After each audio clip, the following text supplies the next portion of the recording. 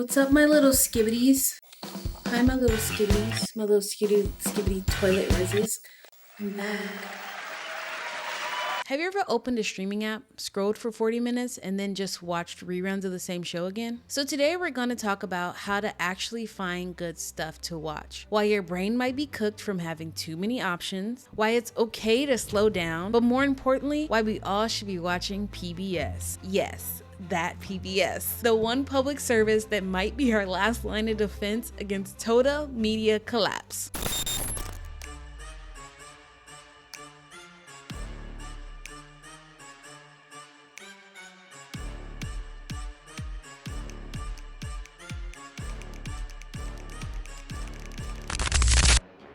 All of this, there is a hidden thread.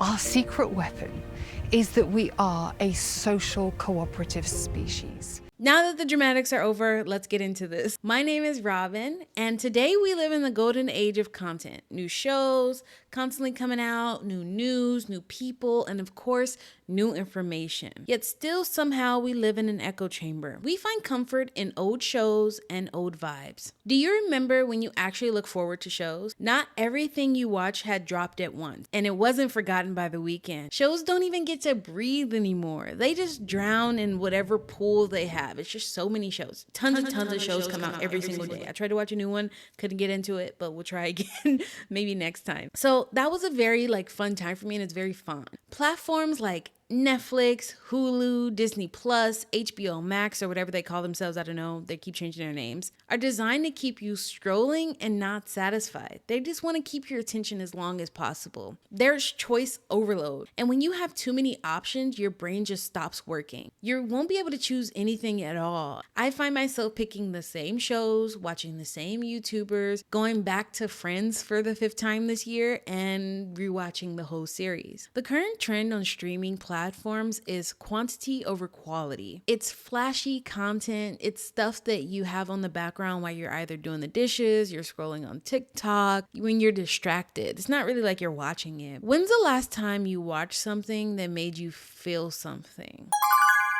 Not like that. Get your head out the gutter. What is the last time you watched something and made you smarter, right? That's a better question, right? Most of the time, what we're binging is disposable. It doesn't stay with you, and that's the point. It's made to be consumed and then forgotten. I'm not saying what we're watching is bad for us or that you should get rid of all of your streaming services, but if we're being honest, a lot of streaming services aren't for us.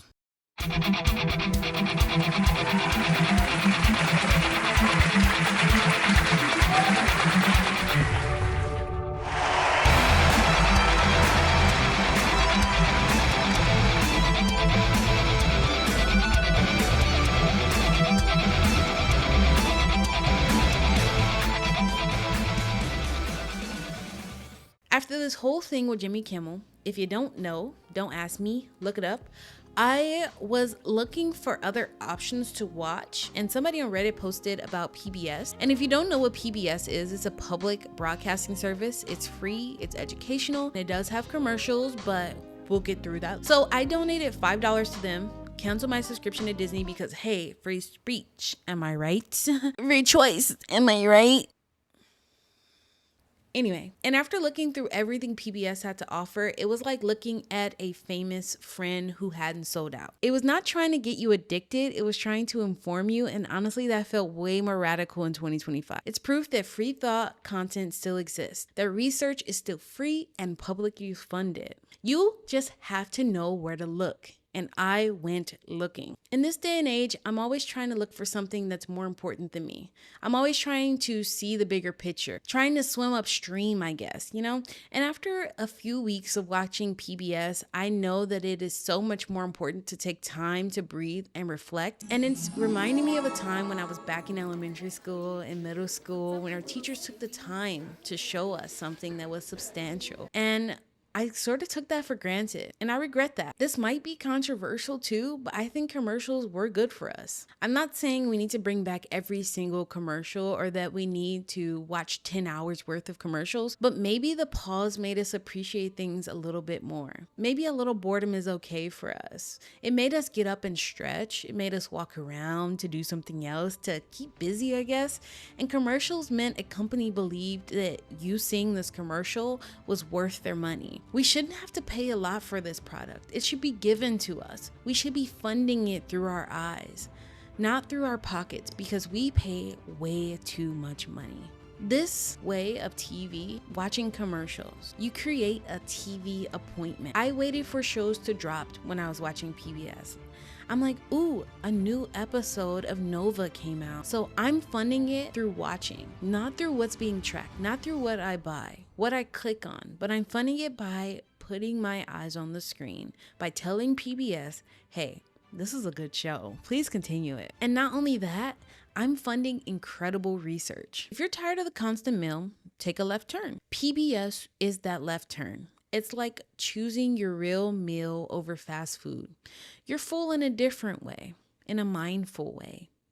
This isn't just about finding something to watch, it's about finding something meaningful. And all these commentary videos that I'm making has always been about finding something meaningful, finding art meaningful, finding videos meaningful, finding TikTok meaningful. Just do something that means something. There's so much in this world that just doesn't matter. There's just background noise. And I want us to be able to matter. I want to matter. So I'm going to find something that makes me think and live every single day with the promise of being a good person and trying to put my good energy out there and not feed into all this negativity around me.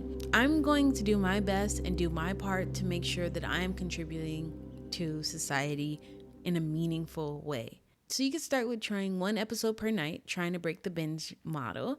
Try to go outside more, touch grass. Try to donate to people around you, to foundations you care about. Instead of paying us another streaming fee, donate it to a foundation you care about.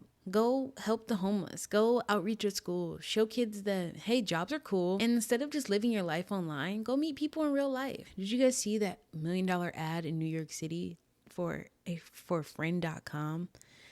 And they tagged it up in New York, telling you to go outside and find your friends. If that's not a wake-up call, go do it, because new friends are outside. Turn off the autoplay, take a breath, check out something free, something slow, something thoughtful, like PBS. In archaeology, sometimes the smallest finds actually tell the grandest of stories. The most remarkable thing about these shells is that they have been found, not just in South Africa, but all over Africa, from the south all the way to the north in Morocco and Algeria. And that, for me, is so exciting. Because when you look at this, you might think, oh my God, isn't that amazing? Humans have a kind of cultural expression that they never had before. If you want to support real media, go donate to your local PBS station. They'll really get back at them. And if you don't know who I'm talking about, then maybe it's not for you. Thank you guys for watching. New commentary video every 2 weeks. Subscribe if you like this video, and let me know in the comments what you've been watching. If there's anything new you've been watching, if there's anything I missed or that you want to say, please let me know. Please go make some friends. Bye. Guys, I'm getting so good at this. Do you guys want to give me money? I'm just kidding.